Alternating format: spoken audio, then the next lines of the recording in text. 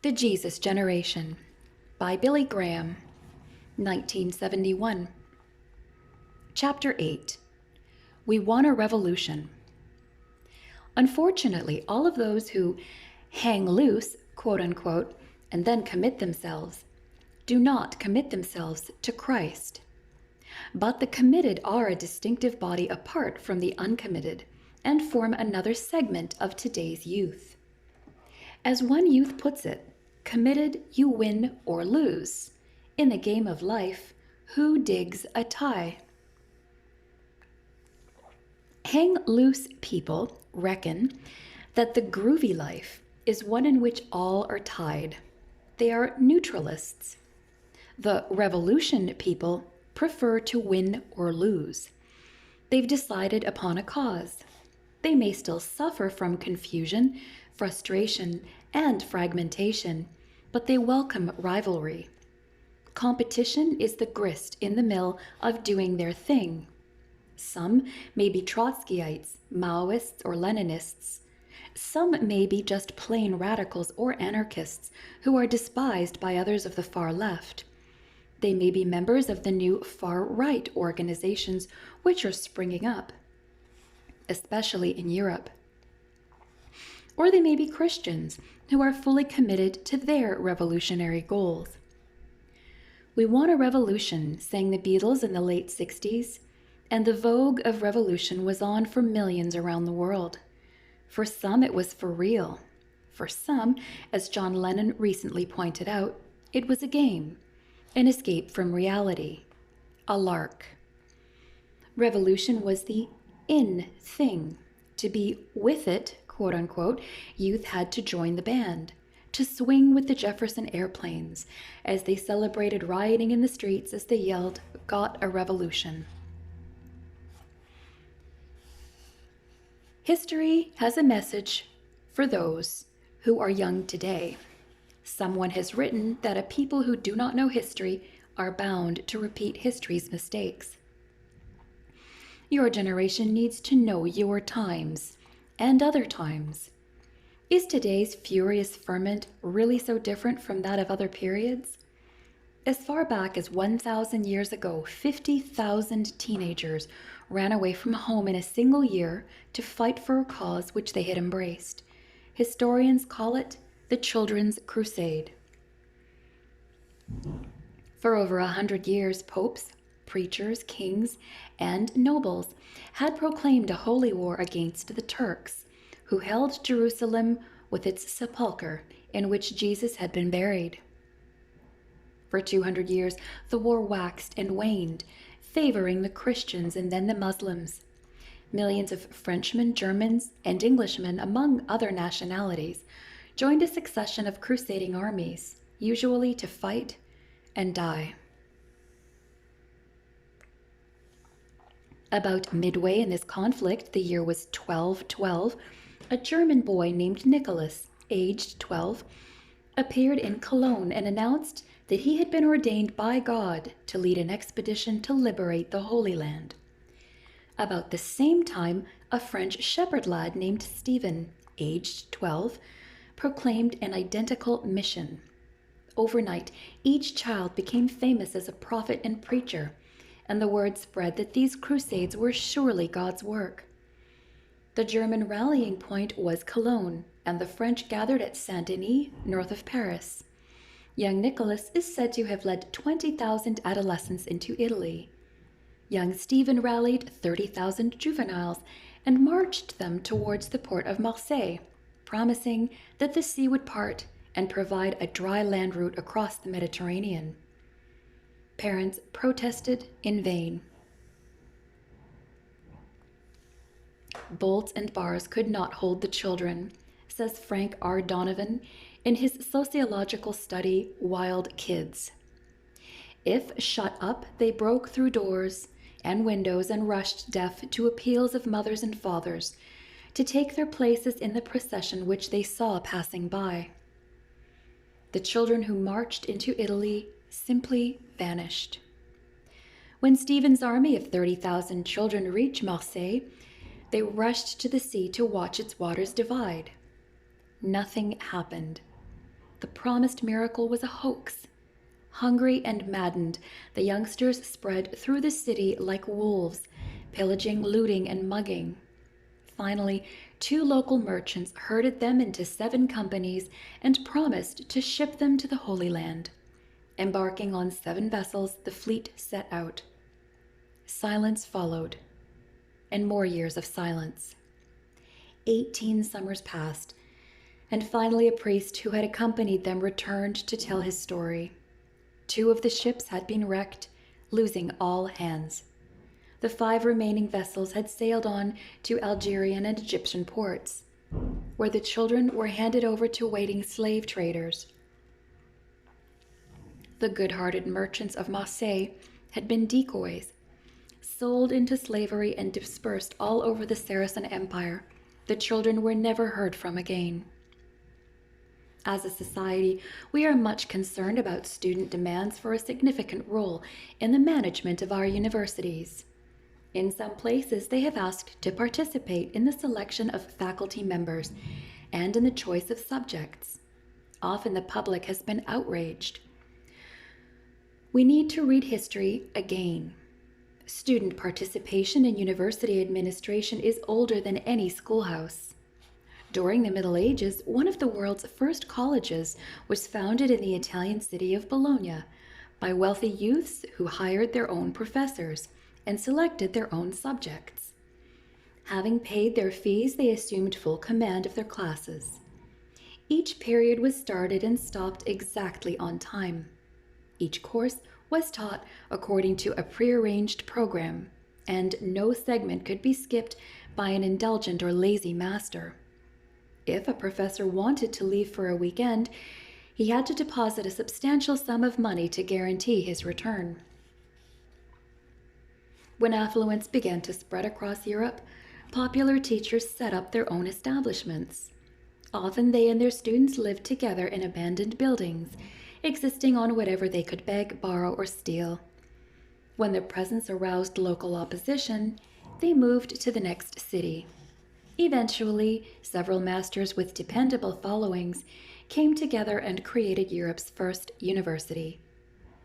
A rage to be free and equal has consumed young men and women as far back as the wellsprings of history. 150 years ago, the English poet William Blake wrote, "Rouse up, O young men of the new age. Set your forehead against the ignorant hirelings, for we have hirelings in the camp, in the court, and the university, who would, if they could, forever depress mental and prolong corporeal wars." His summons to the youth of his generation was typical of the 19th century, when youth became passionately intolerant of political and social injustices. Napoleon's young guard, becoming impatient with the suffering of the French peasantry during the French Revolution, demanded a restoration of law and order. 1 generation later, young Germans laid the groundwork of democracy, rationalism, and socialism. To the south, Mazzini organized young Italy under the banner of liberty, equality, and fraternity, similar to youth's ideals today. With differing objectives but comparable enthusiasm, before the end of the century, young Europe, young Ireland, young England, young Turkey, and young America, in that order, were mobilized and on the march on behalf of freedom, prosperity, and equality. Lenin called on Russian youth in 1905, when he was plotting the communist takeover. "Go to the youth," he told fellow conspirators, "make the rounds of hundreds of workers and student study circles, and supply each group with brief and simple recipes for making bombs. Some may undertake to kill a spy or blow up a police station, others to raid a bank to confiscate money for the insurrection. Let every group learn, if only by beating up policemen." In this century, young people have been used both to save and destroy nations.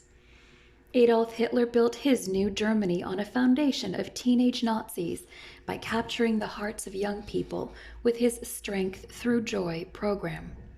China's Red Guard, mostly teenagers, turned China upside down. Castro was able to seize the imagination of Cuban youth and lead them into a revolution.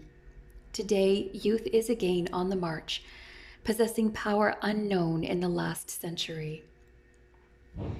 In the late 1960s, a small covey of irreconcilables followed Abbie Hoffman and Jerry Rubin into a noisy, violence-prone Youth International party. Newsmen named them Yippies, and the public immediately confused them with peace-loving hippies.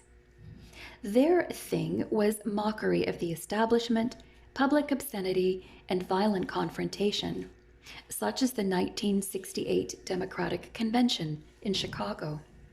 They set a new style in trashing.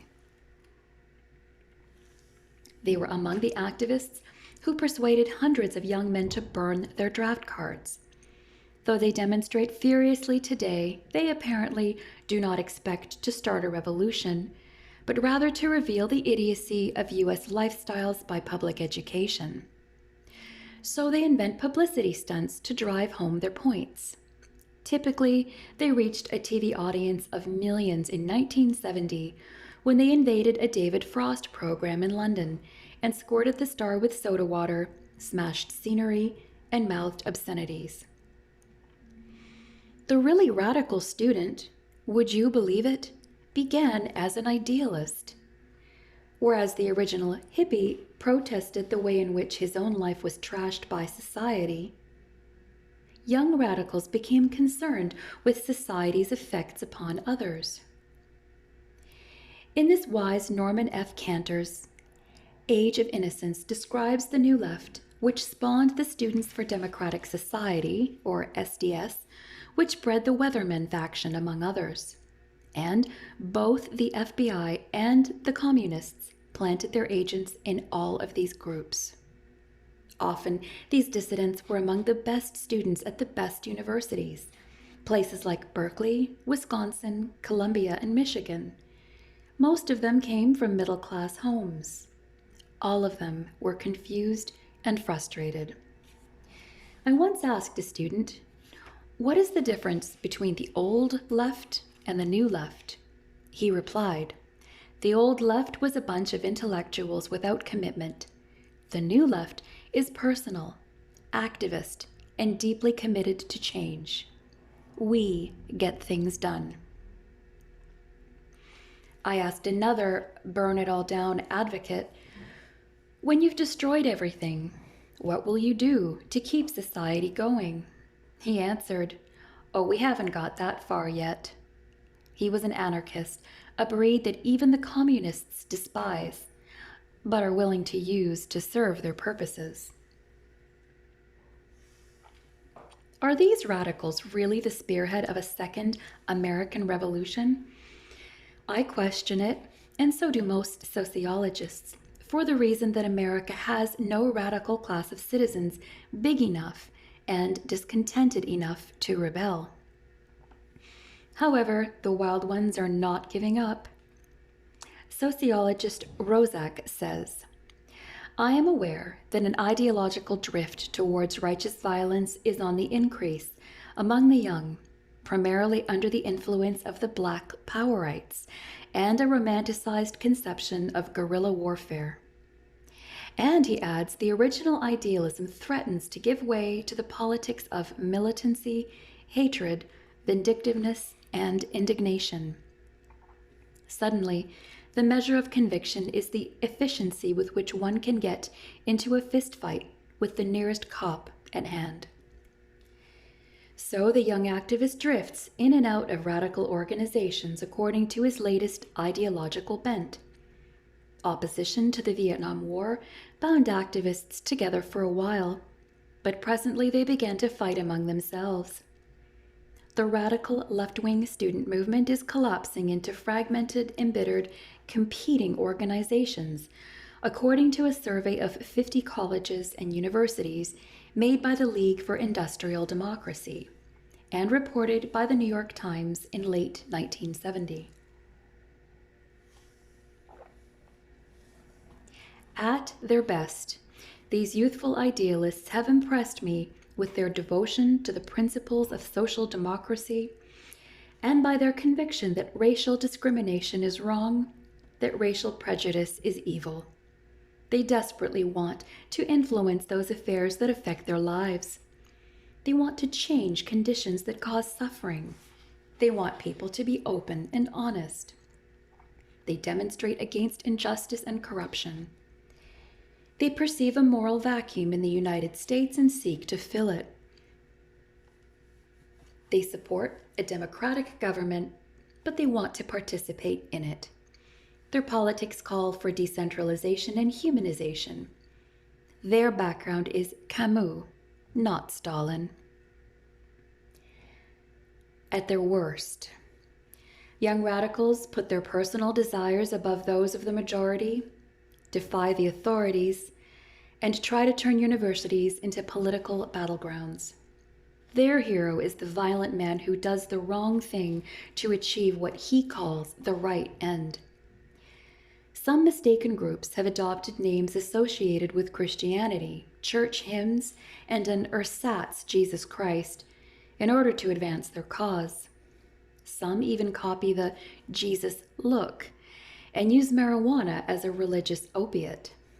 As one observer puts it, opiates have become the religion of the people. One group in California, adopting an old Leninist device, has named 1974 as the year when they will take over the nation, and at the latest, they intend to control America by our 200th birthday in 1976. Potentially, they are capable of great harm. For the moment, they are diffused by their disunity, by the vigilance of college administrations, and by the sane enterprise of normal, sensible students who comprise the great majority. To further oppose them, right-wing groups are rising in Germany, Italy, Japan, and even in America. Their political beliefs are ultra-conservative. In Italy, they are called neo-fascists. Many are Spartan in their demand for personal incorruptibility. They demand law and order under police protection. Only time will tell how effective they will become. More moderate groups and individuals are also beginning to exert a significant influence on campuses and among young people that far outweighs their number. I recall a story of a single Columbia University student. Grabbing a bullhorn during the Columbia riots, he placed himself between an advancing radical mob and the building they meant to occupy. Arguing, explaining, joking, joshing, he talked them into calling off their attack. The Associated Press recently ran a picture of a football player from San Diego State who guarded the American flag as a group of young radicals were trying to haul it down. Millions of Americans and thousands of fellow students applauded his actions. Anyone writing about student power must mention the uncommitted. On campus, they comprise the true silent majority, and they are courted by every splinter group and propagandized with so-called facts, atrocity tales, bullying, and plans for the future. They, the uncommitted millions, hold the key to the future. Remember, there never has been and never can be instant justice, instant well-being, or instant peace. But there can be instant decision, which can change the course of your life. Zacchaeus, the hated tax collector, was instantly converted when he met Christ, as were many others. Eugene R. Methvin, author of the book The Riot Makers, after studying dozens of student confrontations, finds a powerful swing toward moderation. In Reader's Digest, he says, "At the University of California at Berkeley, moderates formed a nonviolent action party and swept 1970s campus elections, defeating a radical coalition by a 3-to-1 margin. At the University of Florida, after continuing sit-ins and disorders by radicals, a 25-year-old law student campaigned for student government president on a platform of more campus police to preserve order. In a field of 5 candidates, he won with 53% of the vote.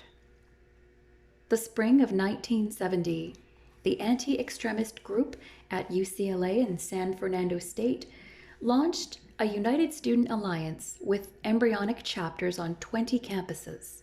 They raised enough money to open a Washington office and finance training programs for key leaders. At Penn State, moderates formed a student committee for a responsible university.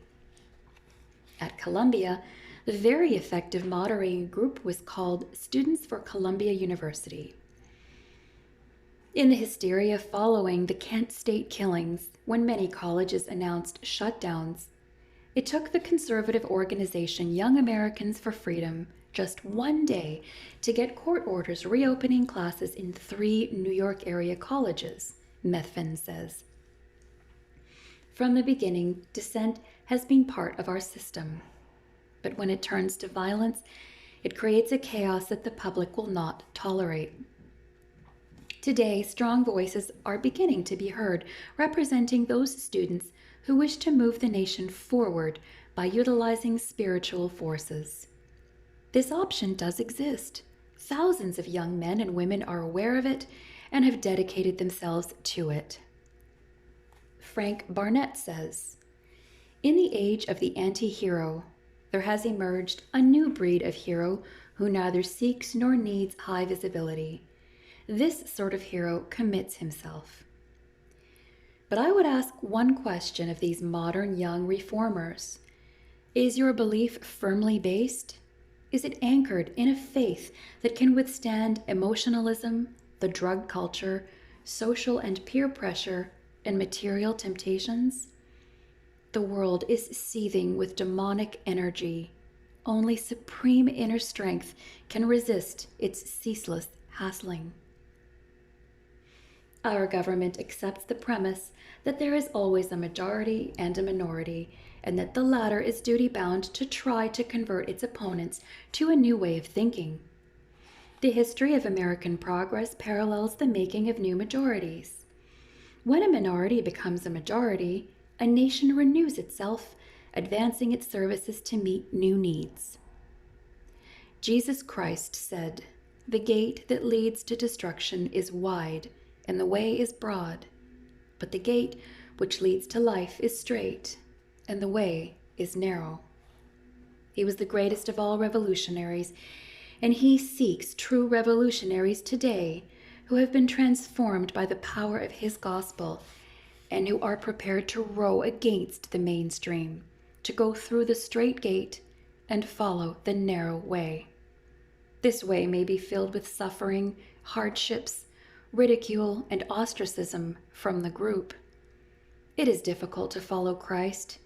The problem of applying his teachings to our lives is often confusing.